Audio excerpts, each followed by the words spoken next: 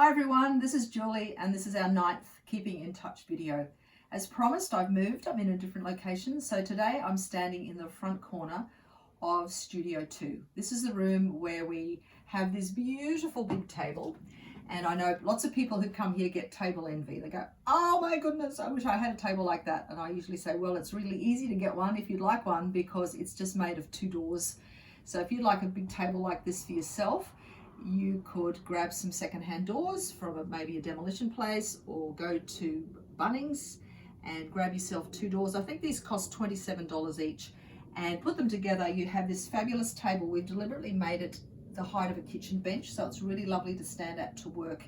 And the beauty of the whole thing is it flat packs, so it will all just collapse down, and we've got some more space left in the room. It's also where we store all of our beautiful fabrics, and we also store some lampshades and some other bits and pieces. So this is the last one I've made as a display item. Isn't it just beautiful? That's one of my faves. And what am I wearing? Well, surprise, surprise, it's another version of the Simply Sewn top, but this one's a dress.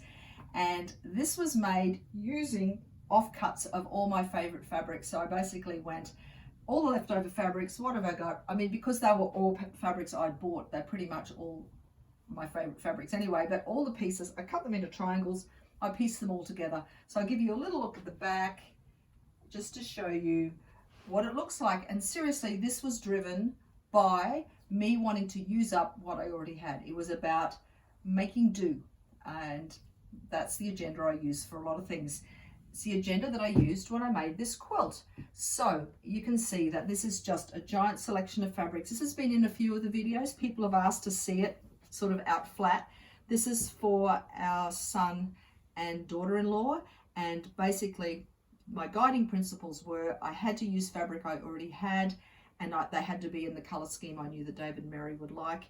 And basically the shape of the pieces of material I had dictated the panels and the shape of the quilt, and it was really just like a big giant jigsaw puzzle, and I just kept moving them around till I got to the point where I thought, yes, I really love it. So the significance of this here, these are 2 well-known Brisbane buildings, Old Government House and the Old Mill. And the beauty of this gorgeous thing is this was a vintage tea towel. My great-grandfather actually built Old Government House using stone from his quarry up at Helidon. And Dave is particularly interested in building, and he loves history, so I thought that would be beautiful just to tie it back to the family. So yeah, it was all about making do, as I said. And the beauty of making do is it encourages creativity, it encourages innovation, it encourages you to be resourceful, and it encourages you to be sustainable, because you're reusing and incorporating things that you already own, as opposed to buying new materials, which I think is wonderful. They're all skills that we're being asked to call upon now, and we're all being asked to stay at home and to stay away from each other, and that will force us to make do with what we have in our own environments. And I have spent my whole life in an environment of making do, because that was the ethos I grew up with. And I tell you what, it forces you to get creative, and that expression, necessity is the mother of invention, is so true, because it just, when you've got this to deal with and you've only got a box of tricks this big to work with, you really have to dig deep and look at things from a different point of view, and it just keeps your attitude really elastic and enables you to, I think, come at things from a different perspective. So making do, I think we can do it.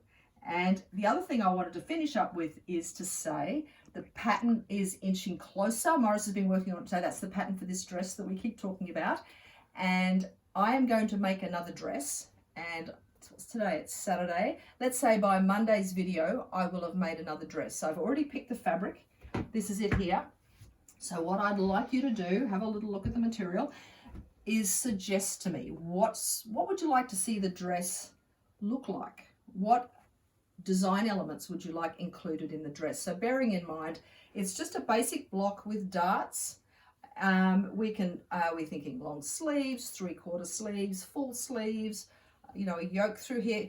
Throw me your suggestions. I'd love to see what you've got in mind, because the beauty is that when you've got your own pattern, you can try all these different design modules for yourself and create a garment that is just you. So look forward to seeing you again soon, and Yep, heaps of suggestions. Throw them at me and let's see what I can come up with.